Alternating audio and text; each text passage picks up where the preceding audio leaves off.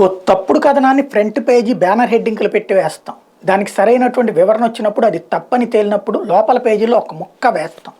నిన్న ఈనాడు ఆంధ్రజ్యోతి గుర్తుకు తెచ్చుకుంటే జగన్ మీద కోపం కావచ్చు, జగన్ పార్టీకి సంబంధించిన ఒక వ్యక్తి కొడుకు హైదరాబాద్ డ్రగ్స్ కేసులో దొరికిపోయాడంటూ పేర్లతో సహా రాసిన ఈనాడు జ్యోతి. ఇవాళ దానికి కౌంటర్ అతను ప్రెస్ మీట్ పెడితే ఈ జ్యోతి 7వ పేజీలో ఒక చిన్న ముక్క కింద వేసింది. ఈనాడు అసలు రాసిందో లేదో తెలియదు. డ్రగ్స్ కేసులో తన కుమారుడిపై వచ్చిన ఆరోపణలు అవాస్తవమని, అవాస్తవ కథనాలు పుట్టించిన ఎవరిని వదిలిపెట్టే ప్రసక్తి లేదని సుడా చైర్మన్ ముక్కాల ద్వారకానాథ్ స్పష్టం చేశారు. మంగళవారం నెల్లూరులోని వైసీపీ జిల్లా కార్యాలయంలో తన కుమారుడితో కలిసి ఆయన విలేకరులతో మాట్లాడారు. తన కుమారుడి పుట్టినరోజు సందర్భంగా స్నేహితులతో కలిసి సరదాగా హైదరాబాద్కి వెళ్ళిన మాట వాస్తవమేనని చెప్పారు. అక్కడ సర్వీస్ అపార్ట్మెంట్లో అందరూ బస చేశారని, అక్కడున్న పరిస్థితుల దృష్ట్యా నార్కోటిక్ అధికారులు తనిఖీలు నిర్వహించే సమయంలో యువకులు కావడంతో వీళ్ళని కూడా ప్రశ్నించినట్టు చెప్పారు. విచారణకు రావాలని అధికారులు కోరడంతో తన కారులోనే అందరూ వెళ్ళినట్టు చెప్పారు. నార్కోటిక్ అధికారులు జరిపిన పరీక్షలో తన కుమారుడితో పాటు స్నేహితులకు కూడా నెగిటివ్ వచ్చిందంటూ సాక్ష్యాలు చూపారు.